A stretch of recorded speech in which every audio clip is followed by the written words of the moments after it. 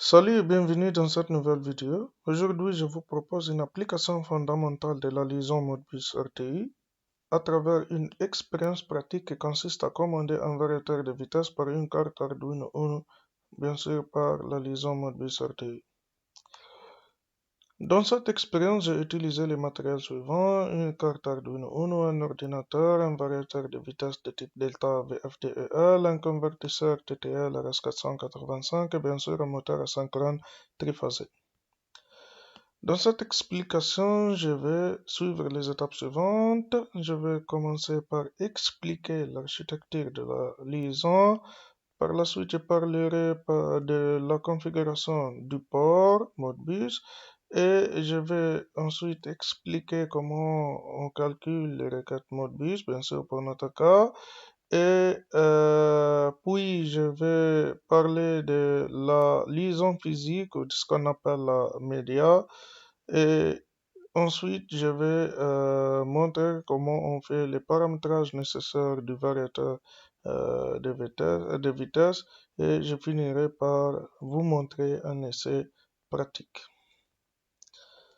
Alors, concernant l'architecture, on sait tout que la liaison Modbus RTI est basée sur l'architecture maître-esclave où nous avons un seul maître et plusieurs esclaves, 32 pratiquement 32 esclaves et on peut atteindre jusqu'à 247 esclaves si on utilise des répétiteurs.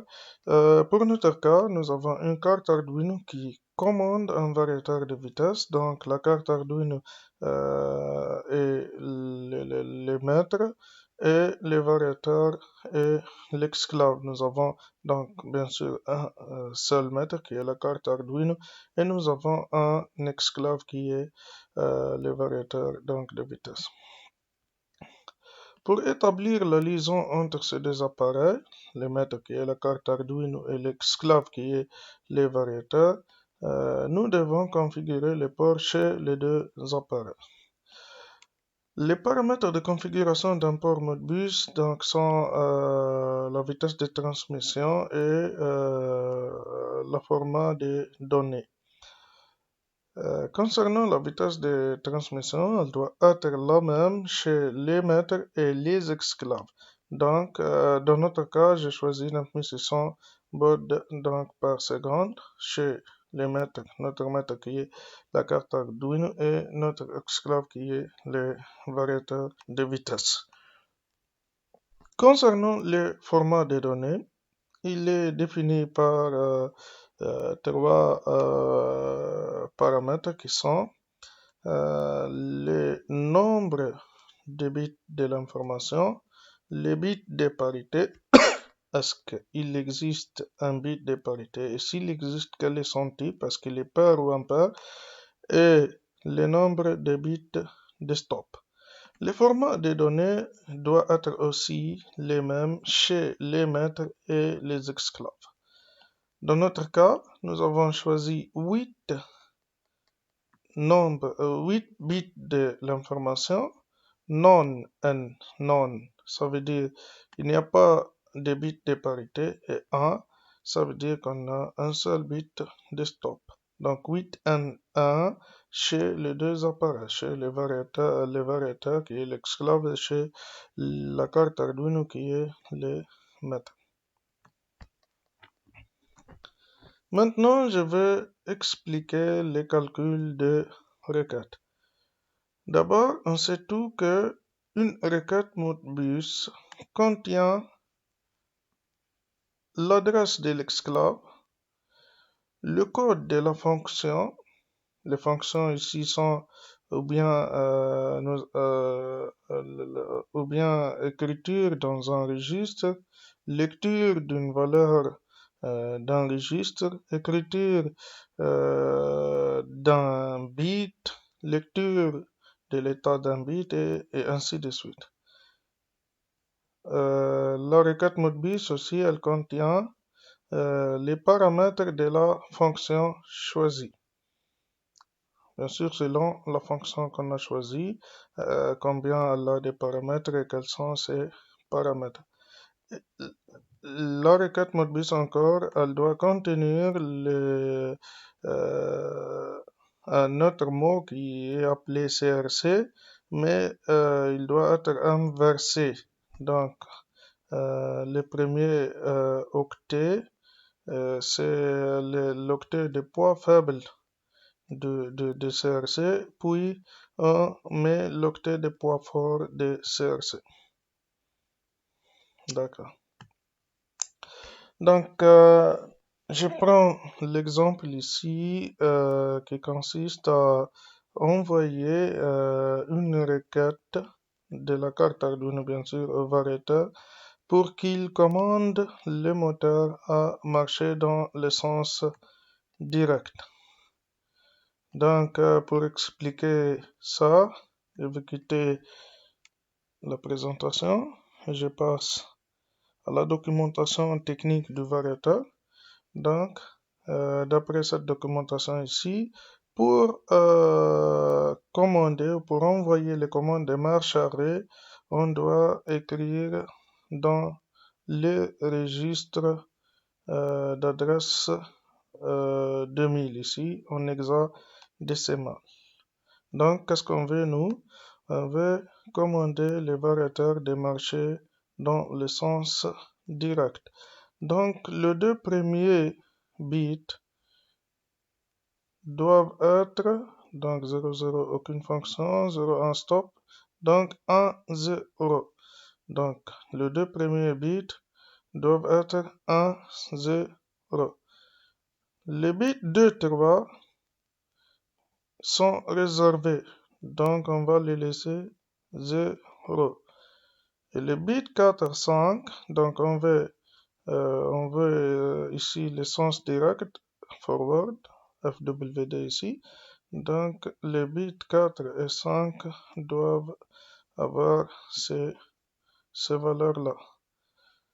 Ensuite, je vais laisser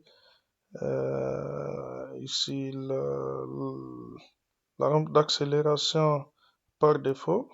Donc la première rampe ici, donc je vais choisir pour les bits 6 et 7, 0, 0. Et le deuxième octet de 8 à 15, il est réservé, donc c'est 0, 0. Donc qu'est-ce que nous avons?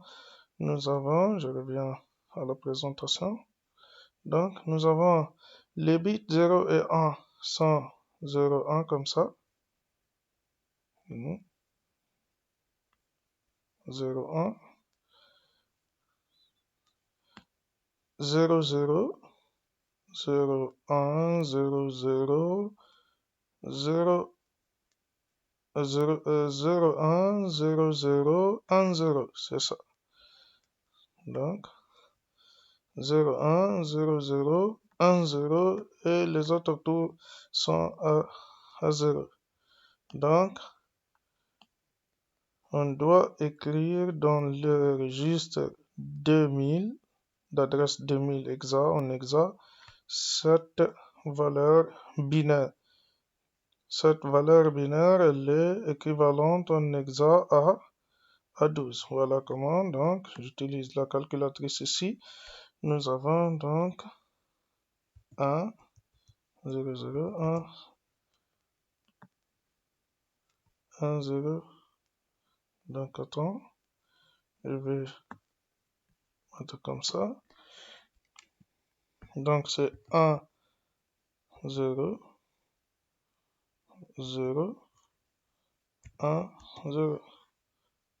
Voilà, en hexa, ça, il est équivalent à 12. OK. Donc, la requête qu'on doit envoyer au variateur sera, donc on a dit qu'on a choisi l'adresse 1 pour le variateur. Donc cette adresse, elle est codée sur un seul octet ici. Donc 1 hexa. Le code de la fonction. Donc, nous allons écrire dans un registre. Donc, le code de la fonction, écrire dans un registre, c'est 06. OK? L'adresse du registre. Ici, le premier paramètre de la fonction écrite dans un registre. C'est l'adresse du registre. Et cette adresse, elle est codée sur 2 octets. Donc, notre adresse, c'est 2000, 2000. Voilà, donc le premier octet, c'est 20. Le deuxième octet, c'est 00. Qu'est-ce qu'on veut écrire dans ce registre? Le deuxième paramètre, c'est le contenu qu'on veut écrire dans le registre. Donc, qu'est-ce que nous avons? Nous avons donc l'octet des poids forts, c'est-à-dire les bits entre 8 et 15 sont 0, 0. Donc voilà, 0, 0. Et l'octet de faible poids, on l'a calculé, il est 12 hexadécimal. Maintenant, on arrive au CRC. Moi, j'ai développé cette petite application qui permet de calculer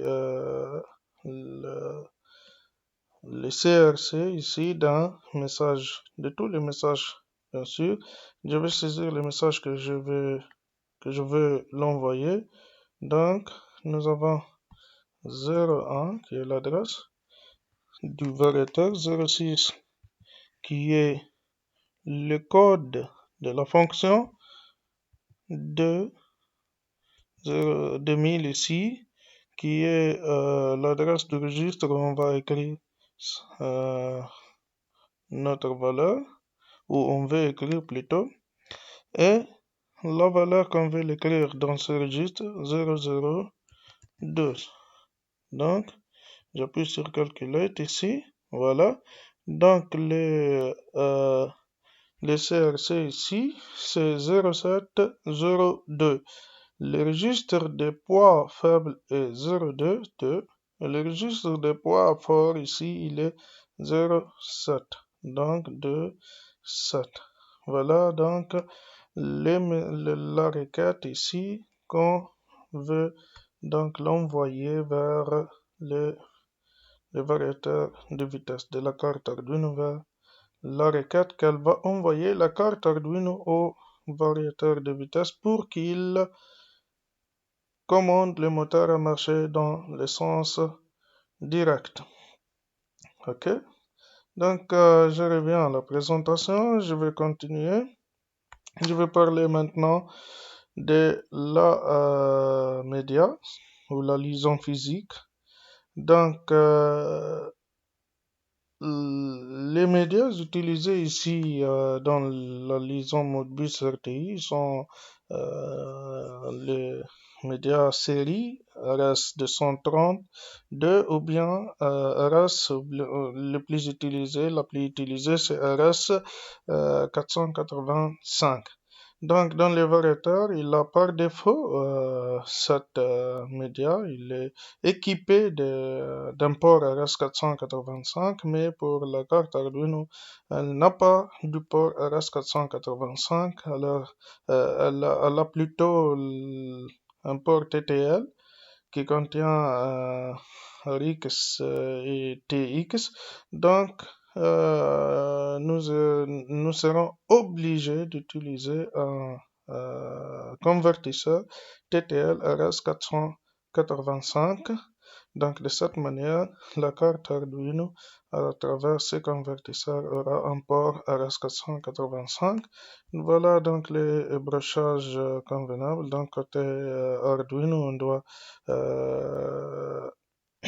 lier RX à RO, TX à DI, la tension 5 volts à 2E, et bien sûr la masse à la masse, et voilà. Donc,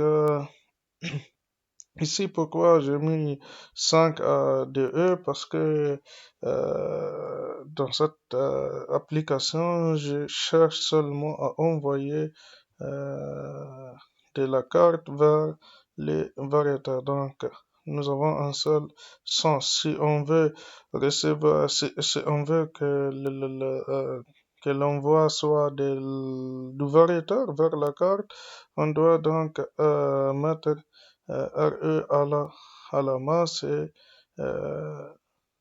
et enlever 5 volts ici de la broche de E. OK?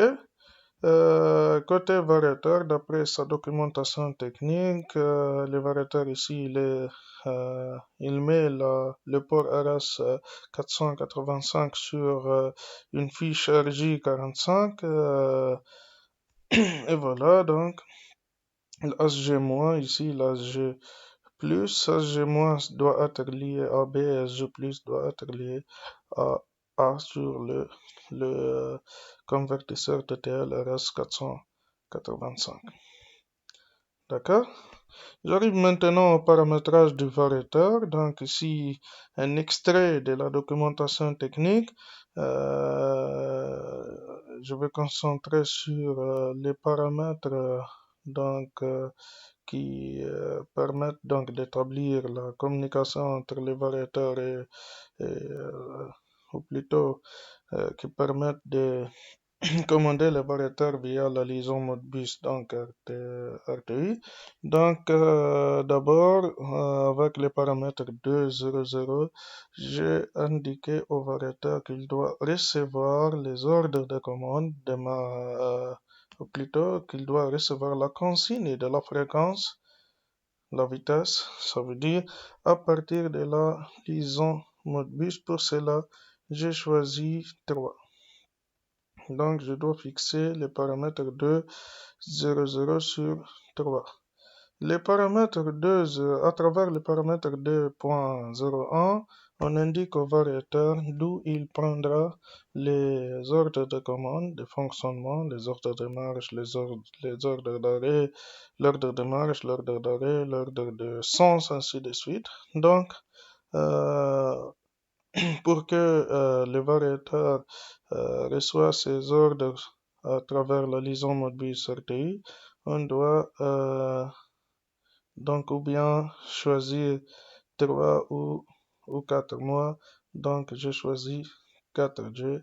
Je veux que le variateur reçoive ces ordres-là de marche, d'arrêt, de sens, ainsi de suite, seulement à travers la liaison Modbus donc RTI. Avec les paramètres du menu 9, ici, on fait la configuration plutôt du port. Donc, les paramètres 9.0 ici indiquent l'adresse du variateur. Donc, on a choisi, comme j'ai dit, 1. La vitesse de transmission, nous l'avons choisi, donc 9600 watts par seconde. Pour cela, je dois ici configurer les paramètres 9.01 sur 1. Quoi d'autre? Ce paramètre 9.2, je ne l'ai pas touché. Je l'ai laissé sur sa valeur. Donc, par défaut, s'il y a un problème de communication ou quelque chose, donc il ne fait aucune alarme. De même, ici, je n'ai pas touché ce paramètre. Mais le paramètre ici, 9.04, il est appelé ici le protocole de communication à travers lequel on indique le format des données. On a dit qu'on choisit ici 8N1. Donc, je dois configurer le paramètre 9.04 sur 6, sur la valeur 6.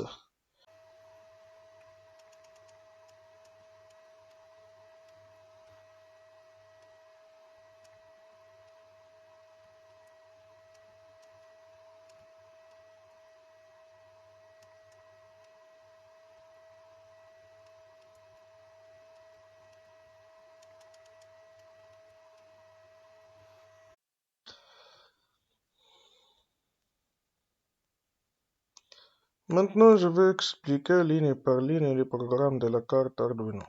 Alors, dans cette expérience, je cherchais à utiliser les moindres des ressources. Pour cela, j'ai utilisé la liaison série logicielle, software serial, pour communiquer la carte Arduino avec le variateur parce que la liaison série matérielle elle est réservée pour communiquer l'ordinateur avec la carte Arduino. Donc, cette ligne, c'est pour inclure la bibliothèque software serial.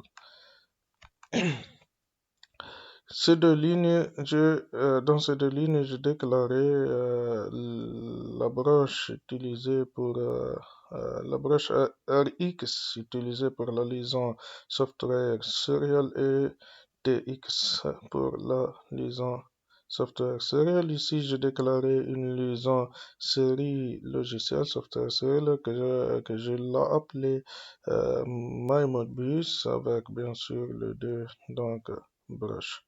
RX et TX. Ici, j'ai déclaré les différentes requêtes que la carte Arduino va les envoyer vers le variateur. La première requête, ici, requête Modbus, c'est la requête d'ordre marche avant que je viens de l'expliquer.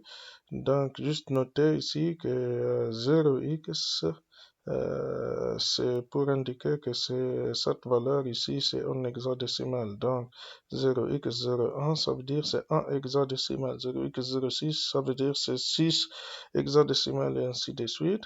Donc, si on examine cette requête, donc nous avons ça 01, c'est l'adresse du variateur, 06 sur le code de la fonction, 02, 00, ça veut dire 2000, c'est l'adresse du registre, 0012 ici, c'est le contenu qu'on veut l'écrire dans le registre 2000, et 0207, c'est le CRC inversé. D'accord. Donc, ici, une requête pour un ordre d'arrêt. Ici, une autre requête pour inverser l'essence. Cette requête ici, ces deux dernières requêtes ici, c'est pour écrire une consigne de fréquence. La première, la requête numéro 4 ici, c'est pour écrire 50 Hz comme consigne de fréquence. Ici, 20 Hz comme consigne de fréquence.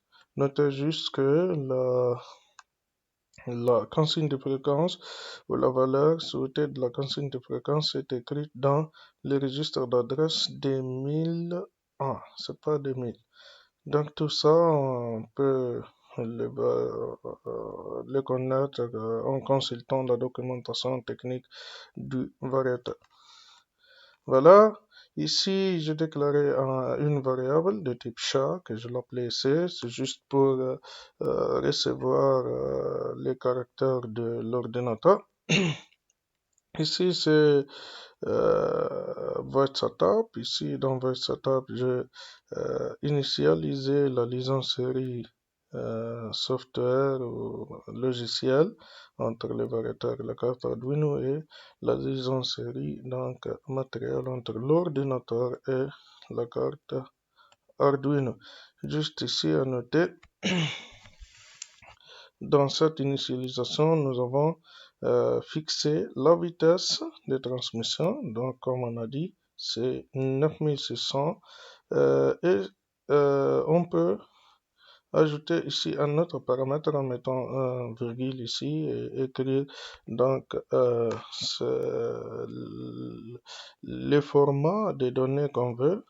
Mais si on ne fait pas ça, on va laisser les formats de données par défaut de la carte Arduino qui est 8N1. 8N1, donc c'est pour cela que nous avons choisi ce format. Ok?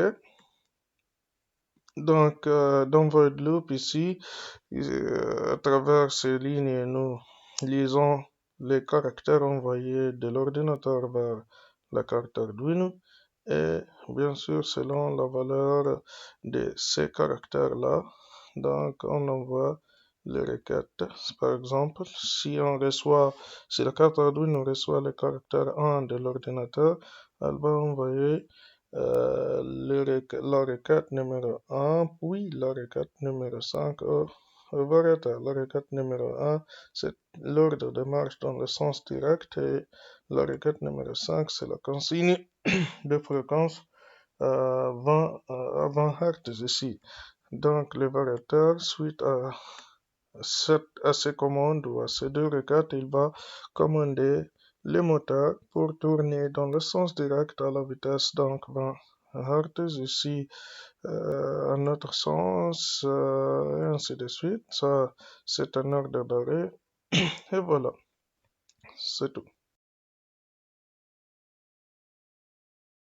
Dans le sens direct avec une vitesse de 50 Hz. Voilà, 50 Hz, le moteur tourne. Si on envoie terroir, par exemple, la vitesse va diminuer avant. Voilà.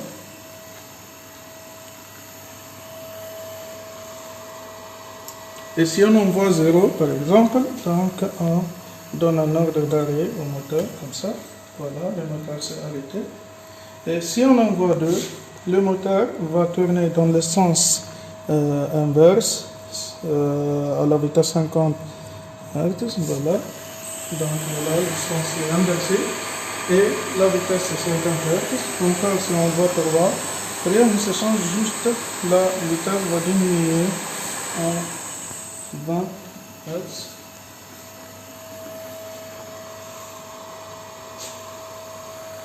Bon, encore une fois, si on veut arrêter le moteur, tout simplement on appuie sur, donc on envoie 0 plutôt, et voilà. 1, on passe 50 Hz, sens direct. 2 par exemple, directement, le moteur va inverser le sens et ça va pile inverse son sens. Et voilà.